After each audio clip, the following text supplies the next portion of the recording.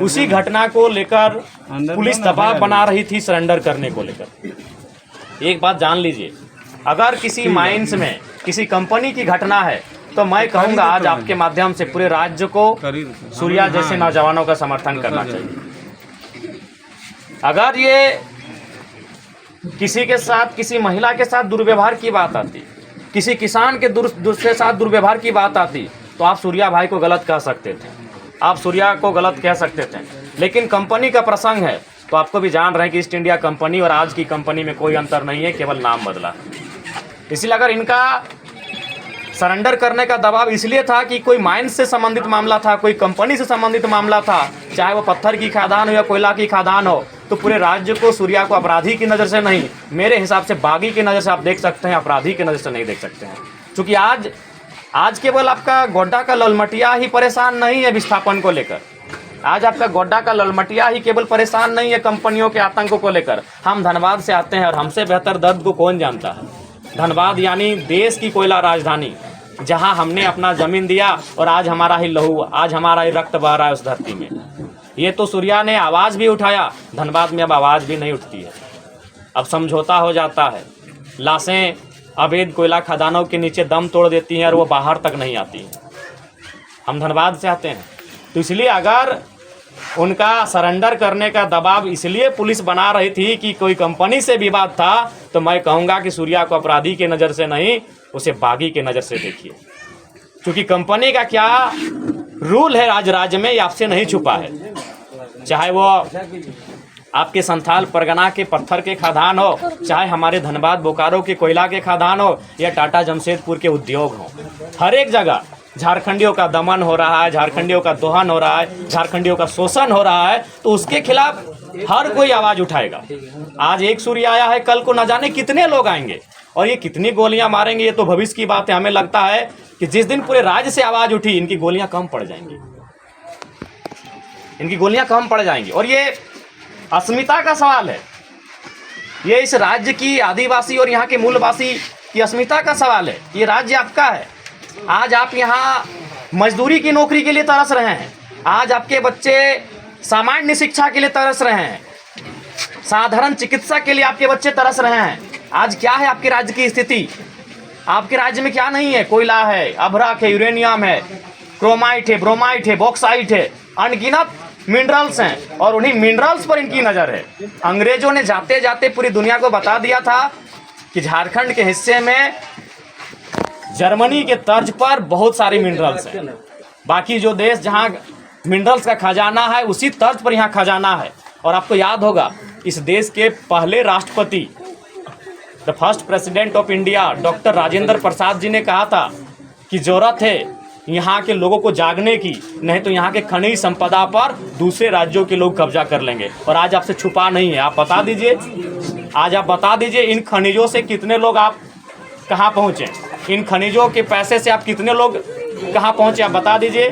तो आज सूर्या की जो लड़ाई थी आप भी जानते हैं, हालांकि लोग अब कहने से डरेंगे क्योंकि पुलिस का मामला आया है, लेकिन हमें कहने से, बोलने से परहेज नहीं लगता है, ना ही डर लगता है, क्योंकि मैंने सारी चीज़ों का अध्ययन किया है। उनकी लड़ाई में जो दबाव था वह माइंस, वह कंपनी थी, वो क्रेशर्स थे, वो पत्थर के खादान थे, वो कोयला के खादान थे, वो राजमहल, साहेबगंज और गोड्डा से गायब हो रहे पहाड़ हैं। तो हमें लगता है कि ये तो आने वाले दिनों में ऐसी आवाज़ तो हर एक जगह से निकलेगी। अभी आप जाके देखिए, विशेषकर आपका भी बड़का गांव एक हजारीबाग में क्षेत्र आता है, वहाँ लोग 100 नहीं 1000 दिनों से धरना में बैठे हैं। जो कोयला कंपनियां वहाँ काम कर रही है, जबरन ज़मीन लेना चाहती है, 2000-4000 रुपया डिसमिल ज़मीन का रेट है भाई, काहे देगा कोई। तो ये जो विषय जिसको लेकर आज आप सूर्या को देखें कि उनका इनकाउंटर तक किया कर दिया गया, यह विषय राज्य के हर एक क्षेत्र में है। लेकिन लोगों ने समझौता कर लिया है, लोगों ने कंप्रोमाइज़ कर लिया है कि जो हो रहा है होने दो, क्योंकि हम लड़ नहीं पा रहे हैं। लड़ इसलिए नहीं पा रहे हैं कि आपको भी मालूम है, आज सत्ता जिनके पास है, पुलिस जिनके पास है, सरकारें जिनके पास है, वह इस राज्य को चला रहे हैं। ये नाम के, मैं आपको बार बार कहूँगा, हेमंत बाबू लाख के हैं कि आदिवासी का बेटा है, आदिवासी की सरकार है, लेकिन ईमानदारी से कहिए चला कौन रहा है। आज यहाँ भारी संख्या में, मैं चूँकि आप अनुभव करिए, चला कौन रहा है इस राज्य को? आज नहीं, मैं यहीं आप नाम किसी का, मैं चूंकि किसी का नाम जब सामने नहीं आया है और उसका जब जांच पड़ताल नहीं हुआ है तो मैं नाम लिए बिना, आज मान के चलिए हेमंत दादा का सीट है बरहेट है ना, वो तो रांची में रहते हैं, लेकिन चला कौन रहा है? आज संथाल परगना को चला कौन रहा है? आज राज्य को चला कौन रहा है? आज इस राज्य को कौन चला रहा है? संथाल परगना को कौन चला रहा है? बरहेट को कौन चला रहा है? ये आपसे भी नहीं छुपा है। इसलिए आज ये जो घटना घटी, जिसने सवाल खड़े किए हैं, ये यही घटना है कि सूर्या वह शख्स था जो कंपनियों के गेट के बाहर खड़ा होकर कहता था कि आप काम सेकंड कीजिए, पहले एजुकेशन और हेल्थ की बात कीजिए। वो जाके कंपनी वालों से कहता था कि आप पहले हमारे गांव में स्कूल खोलिए, आप पहले हमारे गांव में अस्पताल खोलिए, फिर आप कंपनी का काम करिए, हम मना नहीं कर रहे हैं। ये आप भी जानते हैं।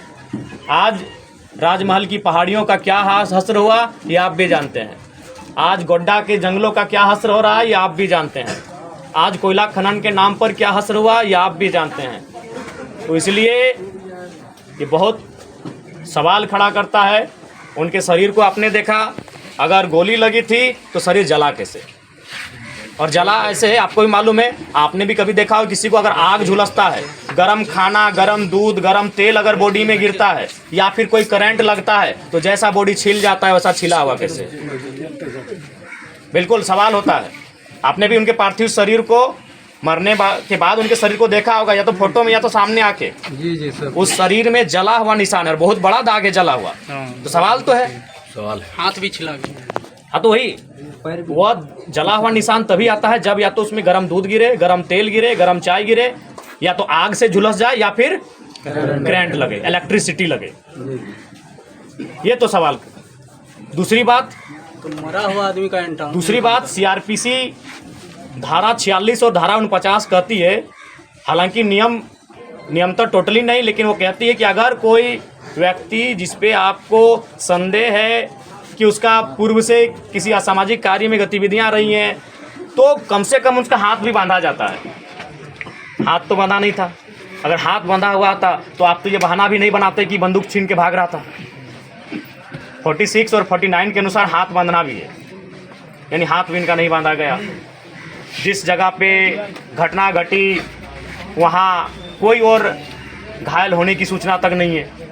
अगर इनके साथी इन्हें छुड़ाने के लिए आए थे या फिर ऐसा कोई कृत्य हुआ था तो और कुछ घटनाएं जख्म की सामने आनी चाहिए थी, लेकिन ऐसा कुछ नहीं हुआ है। तो ये स्पष्ट है, कहीं ना कहीं आज प्रशासन पर किसी का दबाव है। अब वो दबाव देने वाले कौन हैं ये मुझे नहीं मालूम है, वो जांच का विषय है। इसीलिए राज्य सीबीआई जांच की मांग करता है और हमें लगता है पूरा राज्य सूर्या हांसदा की इस इनकाउंटर पर सीबीआई जांच की मांग करता है। सीबीआई जांच हो, दूध का दूध, पानी का पानी हो। अगर सीबीआई जांच से ये लगे कि हाँ सूर्या की असामाजिक गतिविधियों में सक्रियता थी, तो परिवार भी अपने आप को सांत्वना दे लेंगे। क्योंकि हमने झारखंड के कई परिवारों को देखा है कि अगर उनके परिवार से कोई बेटा या बेटी अगर असामाजिक कार्यों में संलिप्त रहे हैं तो उन्होंने पार्थिव शरीर को लेने से बहुत बार मना कर दिया है। कई ऐसे बेटा बेटी का मैंने नाम पढ़ा है, मैंने देखा है कि अगर उनका गतिविधि असामाजिक कार्यों में रहा है तो वो खुद कहते हैं कि भाई जो हुआ अब उसके नियति में था, बिल्कुल लगा। लेकिन इसके पहले सीबीआई की जांच हो, अगर उससे लगे और उसमें अगर कोई दोषी पाए जाते हैं, चाहे पुलिस प्रशासन ही क्यों ना हो, उन पे कार्रवाई होनी चाहिए। आज क्योंकि हमने भी वीडियो में देखा जो डीएसपी साहब थे वो शायद वही रील वाले डीएसपी साहब है ना। हम उनको व्यक्तिगत नहीं जानते। मैं उस डीएसपी साहब को व्यक्तिगत नहीं जानता हूं, लेकिन उनको रील का बड़ा शौक है। हमने बहुत बार देखा है कि कभी बस में चढ़ के रील बनता है, कभी ट्रैफिक में रील बनता है, बहुत सारे। हमें लगता है उनका हम 2-3 दर्जन रील देखे हैं। तो हम ये जानना चाहते हैं, और बिल्कुल मैं लोकतंत्र के चौथे स्तंभ के माध्यम डीएसपी साहब से ही मेरा सवाल होगा कि सूर्या जब भाग रहे तो आपने कहने रील बनाया, इसमें तो आपको ज्यादा आपको व्यूज वगैरह नहीं बजाएंगे। मैं बार बार कर रहा हूँ, शौक कार्यक्रम है, लेकिन चूंकि भीड़ है इसीलिए मैं संबोधन कर रहा हूँ। तो ये आपने कहने दुनिया को दिखाया इस रील को कि सूर्या भाग रहा है, जब आपने उसके बाद के वीडियो को दिखाया, पुलिस आ रही है, बॉडी लेके जा रही है, तो भागने का एक वीडियो बना देते, चूंकि ये तो रील वाले डीएसपी हैं। आपने भी देखा है, मैं इनको नाम से नहीं जानता, लेकिन मैंने देखा वीडियो में तो बोला रहे थे रील वाले डीएसपी साहब हैं। जो भी हम उनको नाम से, उनसे कोई हमारी शत्रुता भी नहीं है, जो भी भाई अपने पढ़ाई के दम पर आए हैं उनका हम सम्मान करते हैं कि वो डीएसपी हैं। लेकिन सवाल है, मैं उनका सम्मान करता हूँ कि वो डीएसपी हैं, पढ़ लिख के वहाँ तक आए हैं। लेकिन सवाल ये है कि आप हर चीज़ का रील बनाते हो, रील इसमें भी दिखा देते कि सूर्या भाग रहा है। आप जो आरोप लगा रहे कि भाग रहा था, भागने पे नहीं इनकाउंटर होता है, तब वो भी आप दिखा देते। और दूसरा बात, अगर वो भाग रहा था तो गोली तो पीठ पे होनी चाहिए थी, पेट पे कैसे है? इनको लगा कि ये पढ़े लिखे वही लोग हैं, वही लोग जेपीएससी यूपीएससी बैठते हैं, बाकी लोग तो यहाँ आदिवासी लोग बोका है, इन लोग को लगता है। अगर वो भाग रहा था तो गोली पीठ पे होना चाहिए था, पेट पे नहीं होना चाहिए था।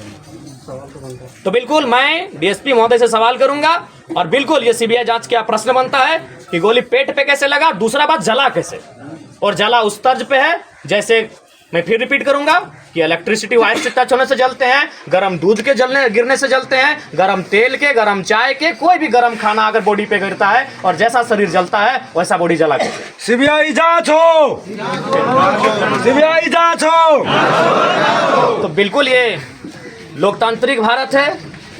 लोकतांत्रिक भारत में कोई अगर अपराध भी करता है तो उसे अपने वकील के साथ बहस करने का अधिकार है। ये लोकतांत्रिक भारत है। आप किसी पे सीधा कोई ठप्पा नहीं दे सकते हैं। कोई कितना भी बड़ा पेशेवर अपराधी क्यों नहीं होता है, लोकतंत्र उसे भी अपना पक्ष रखने की, अपने बात रखने की, अपना वकील रखने की आज़ादी देता है। तो सूर्या तो अनाथ बच्चों का विद्यालय संचालन करने वाला व्यक्ति था। सूर्या तो यहाँ के लोगों के लिए आवाज़ उठाने वाला व्यक्ति था। और एक सवाल मैंने बार बार कहा है, अब कुछ देर के लिए हम मान भी लें कि सूर्या का संबंध किसी असामाजिक तत्व से था, तो सवाल ये भी है, क्योंकि हम ये मानते हैं कि अगर कोई चोर के साथ रहता है तो उसे चोर कहते हैं। यदि कोई किसी को आत्महत्या करने के लिए उस्काता है तो जो उस्काता है वो भी दोषी होता है। यदि कोई, तो यहाँ किन कारणों से सूर्या असामाजिक गतिविधियों में गया, जिन लोग इन कारण में हैं, क्या उन पे आप कानूनी शिकंजा कसेंगे? क्या आप उन पत्थर खदानों के मालिक, वो कोयला खदानों के मालिक जो अवैध रूप से यहाँ खनन का काम कर रहे हैं, क्या पुलिस अपना दंडात्मक कार्रवाई उन पर करने का हौसला रखती है, उन पे करने का हिम्मत रखती है? नहीं रखती। हम ये ना जानते भाई कि कोई अगर किसी को आत्महत्या के लिए उस्काए तो जो उस्काता है वो भी गुनहगार होता है। तो सूर्या अगर असामाजिक गतिविधियों में आया तो जिन लोगों के कारण आया, जिन लोगों के अन्याय के कारण आया, जिन लोगों के अत्याचार के कारण आया, क्या ये पुलिस प्रशासन, उनमें हिम्मत है, उनमें सामर्थ्य है कि उनके खिलाफ कोई कार्रवाई करे? उनके खिलाफ भी तो कार्रवाई होनी चाहिए। अगर एक आदिवासी राज्य में एक आदिवासी व्यक्ति मुख्य धारा से विपरीत हो रहा है, मुख्य धारा से विपरीत होकर किसी असामाजिक गतिविधियों की ओर आकर्षित हो रहा है, तो जिनके कारण हो रहा है उन पे एफआईआर कब कर रहे हैं, उन पे कानूनी शिकंजा कब कस रहे हैं, उन पे आप अपना दंडात्मक कार्रवाई कब कर रहे हैं? ये बहुत बड़ा सवाल है। आज असल में ये है कि आप अगर समझौता कर लें तो आप दुनिया में जी सकते हैं, चल सकते हैं। आप अगर विपरीत जाकर आवाज़ उठाते हैं तो आपका हश्र क्या होगा ये आपसे छुपा नहीं है। आज कई पहाड़ नहीं है तो जिनके कारण नहीं है, क्या उन पर कोई कानूनी कार्रवाई होगी? आज कई चीज़ें ऐसी हैं जिन पर क्रॉनिक कैपिटलिस्ट ने कब्जा कर लिया है। मैं फिर बार कह रहा हूँ कि मैं कैपिटलिस्ट के खिलाफ नहीं हूँ, मैं क्रॉनिक कैपिटलिस्ट के खिलाफ हूँ। क्रॉनिक कैपिटलिस्ट उसको कहते हैं जिनमें IAS IPS और मिनिस्टर के संरक्षण से, जिसमें बड़े बड़े लोगों के संरक्षण से लोग एक असमानता की खाई को उत्पन्न करते हैं। आज अगर संथाल परगना जैसी सामाजिक न्याय की धरती में, झारखंड जैसे सामाजिक न्याय की धरती में अगर क्रॉनिक कैपिटलिस्ट लोग हावी होंगे तो ये बहुत ही शर्मसार का विषय है। सर, सूर्या हत्या को लेकर ये विधानसभा में सवाल उठाएंगे सर? देखिए, विधानसभा का सत्र अभी संदेह में है। इस बार का सत्र आपको भी मालूम है, गुरुजी के निधन के बाद सस्पेंड हुआ था, फिर माननीय मंत्री जी भी अब हमारे बीच नहीं रहे हैं, तो विधानसभा का सत्र सस्पेंस में है। होगा कितने दिनों का होगा, अवसर मिलेगा कि नहीं मिलेगा, लेकिन अगर चला तो मौखिक रूप से या लिखित रूप से जरूर इस बात की मांग करेंगे। अगर चला तो आगे भी तो सर इसका मौका मिल सकता है, अगले आगे मिलेगा, फिर 2 महीना लग जाएगा। आगे आपका दिसंबर के महीने में शीतकालीन सत्र में आपको मौका मिलेगा। अगर इस बार ही ढंग से सत्र चला तो या तो मौखिक या तो लिखित जरूर इस बात की मांग की जाएगी। तो आपसे हम यही आग्रह करेंगे, आप लोग भी आने वाला दिन संथाल परगना की धरती में जिस प्रकार से परिदृश्य को आप बदलते हुए देख रहे हैं, पहले लगता था कि माफियाओं का गढ़ धनबाद बोकारो है, माफिया धनबाद बोकारो में पनपते हैं, लेकिन अब समय के साथ संथाल परगना के जंगलों और पहाड़ों में भी माफियाओं का आगमन हो चुका है। तो हमें लगता है आज आप सभी को एकजुट रहने की आवश्यकता है। आज आपको एकजुट होकर आपको संघर्ष करने की आवश्यकता है। और हालांकि एक बात याद रखिएगा, सूर्या की मृत्यु के बाद ऐसा नहीं है कि जो लोग आंदोलन करते हैं, जो लोग गरीबों के अधिकार की आवाज़ उठाते हैं, वो आवाज़ दबेगी, बल्कि लोग फिर से आवाज़ को अपनी ओर बुलंद करेंगे, मुझे पूर्ण विश्वास है। और आप सभी से, आप लोग वहाँ आइए ना, जहाँ हम लोग प्रेस करेंगे वहाँ पे अपने सवाल का जवाब दे देंगे। अभी जनता के बीच बात हो रही है, तो आप तमाम जो जनता जनार्दन यहाँ उपस्थित हुए हैं, निसंदेह कल को बहुत सारे राजनेता यहाँ आएंगे, लेकिन जिस हुजूम के साथ आप आए हैं शायद कल नहीं आएंगे, क्योंकि आपका वो स्नेह उनके साथ नहीं है, आपका वो लगाव उन नेताओं के साथ नहीं है। मैं भी जानता हूँ आज जिस भारी भीड़ के साथ आप इस घर में आए हैं, कल को संभवतः बहुत सारे राजनीतिक दलों के बड़े नेता यहाँ आ भी सकते हैं, लेकिन आप शायद इस भारी संख्या में वहाँ नहीं आएंगे, क्योंकि आपका स्नेह, आपका लगाव उनके साथ वैसा नहीं है। मेरे साथ आपका विशेष लगाव है। तो मैं आपको ये आशा और मैं ये आपको भरोसा दिलाता हूँ कि इस इनकाउंटर के विषय में सीबीआई जांच की मांग को मजबूती के साथ हम लोग रखेंगे। और निसंदेह चूँकि हम चाहेंगे कि आप लोग एकजुट रहें। राज्य की जो परिस्थिति आज बन रही है, आज एकजुटता की परिस्थिति है कि आज जिस प्रकार से हमारी खनिज पर इनकी नज़र है, उसके लिए ये बहुत प्रकार का हथकंडा अपनाएंगे।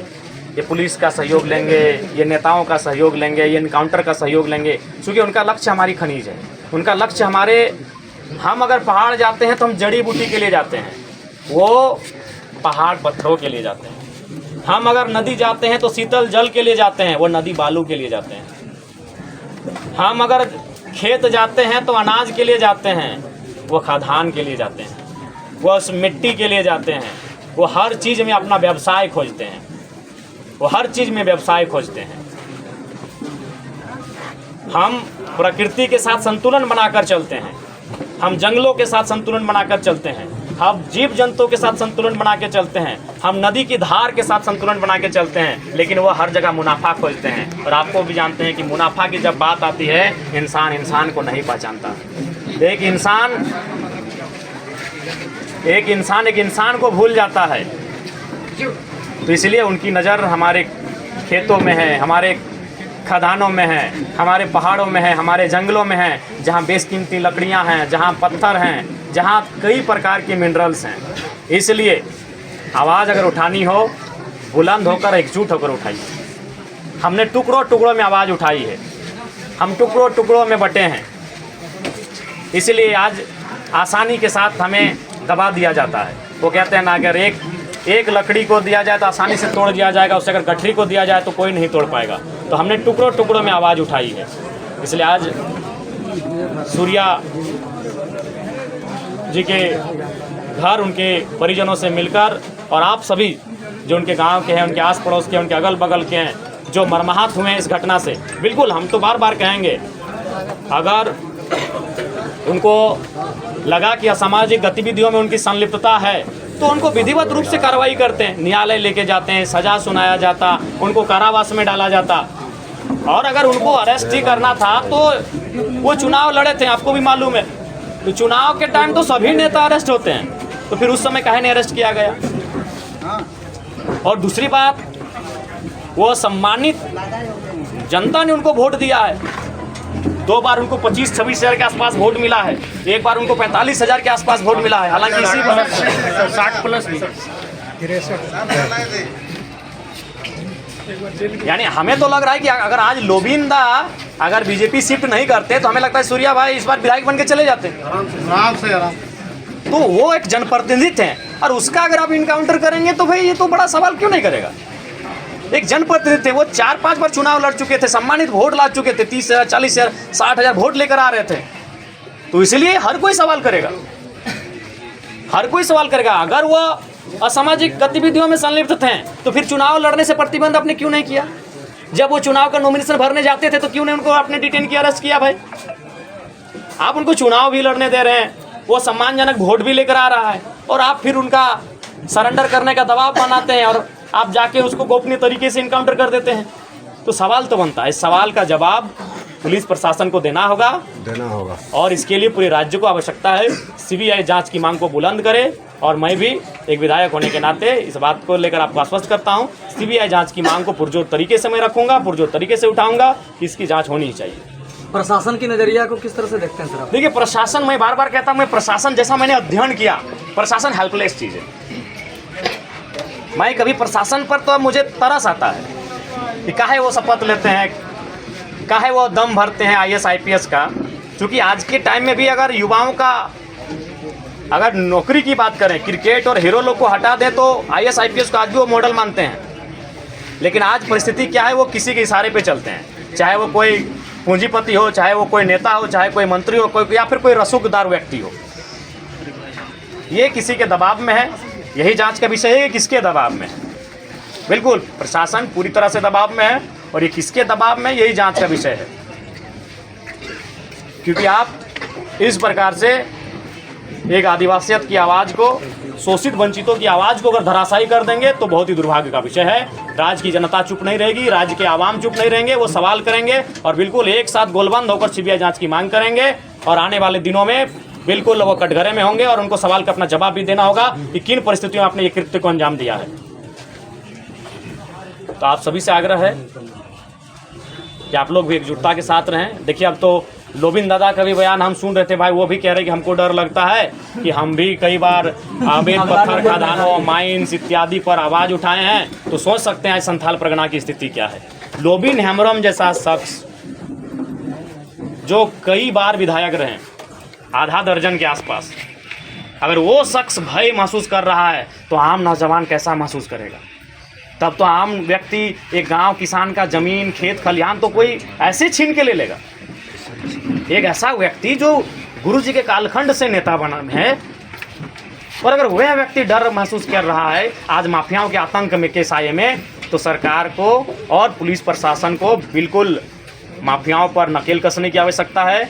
आप माफियाओं से दोस्ती और जो लोग आवाज़ उठा रहे हैं उनकी आवाज़ को बुलंद करने के लिए गोली चलाएंगे, ये बिल्कुल गलत बात है, ये बिल्कुल गलत बात है।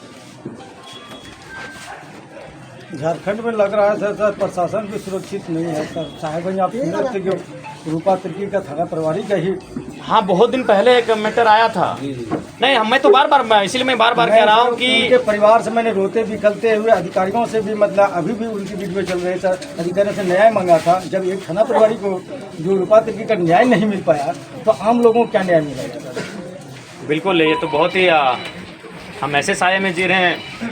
इस पर इस बार का विधानसभा में निस्संदेह ये जो व्यवस्थाएं हैं, व्यवस्थाओं में जिस प्रकार से ढील और कोताही है, इसको लेकर आवाज़ मुखर होगी। मुझे लगता है बाकी विधायकों का, बाकी जनप्रतिनिधियों का सहयोग मिलेगा और आप सभी से आग्रह होगी कि आप लोग रोती बिखरती रह गए, लेकिन उनको कहाँ न्याय मिल पाया सर। वैसे थाना प्रभारी की जो पुलिस की बिल्कुल ऐसे में बिल्कुल सुरक्षित नेता आम पब्लिक, और अभी एक आदिवासी राज्य में एक आदिवासी बहन को न्याय नहीं मिल पाया, ये शर्म का बात है, बड़े ही शर्म की बात है।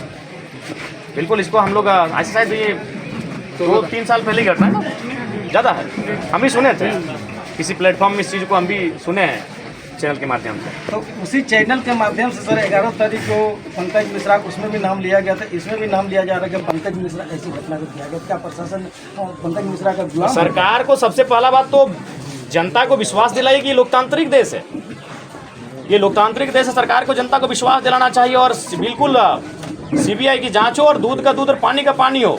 कौन क्या है, किसका संलिप्तता है, किसने क्या किया, सारी चीज़ें जनता के बीच आनी चाहिए। और मैं बिल्कुल इस बात को लेकर मुखरता के साथ अपनी आवाज़ को रखूँगा।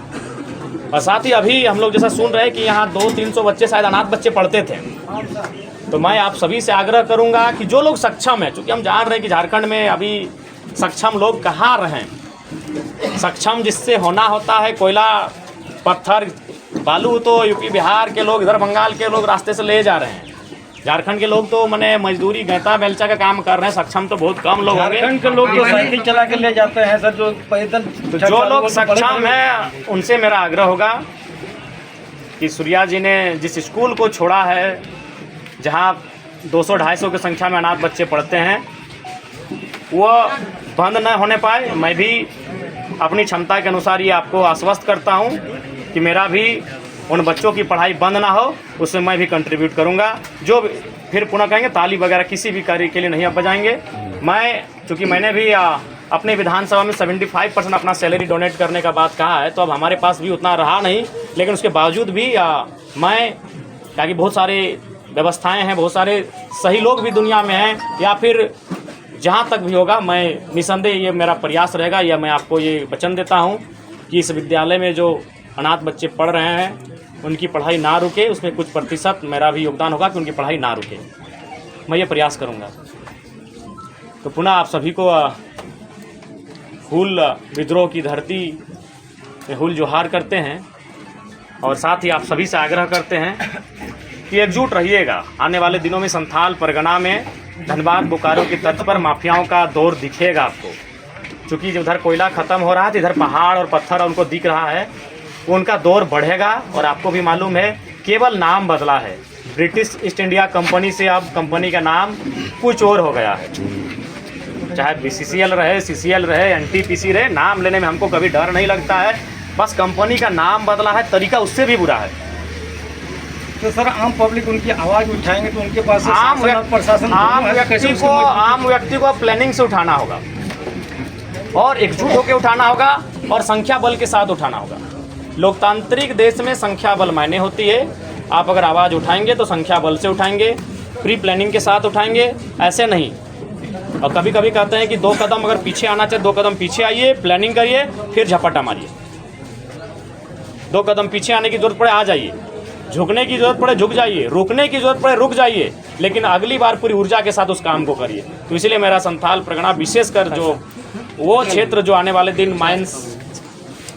माइंस कोल रहे, चाहे पत्थर का रहे, चाहे अन्य औद्योगिक गतिविधियों के कारण अगर प्रभावित होंगे, तो उनसे मेरा आग्रह यही होगा, आप एकजुट होकर रहें। और सूर्या की आवाज़ अगर आपको लगता है, फिर मैं कहूँगा मेरा संबंध धनबाद से, आपका संबंध गोड्डा से है। सूर्या को आप हमसे बेहतर जानते हैं। मैं भले वो मेरे राजनीतिक दल से अंतिम चुनाव लड़े, लेकिन कभी उनसे हमारी ना मुलाकात हो पाई है, ना कभी टेलीफोनिक बात हो पाई है।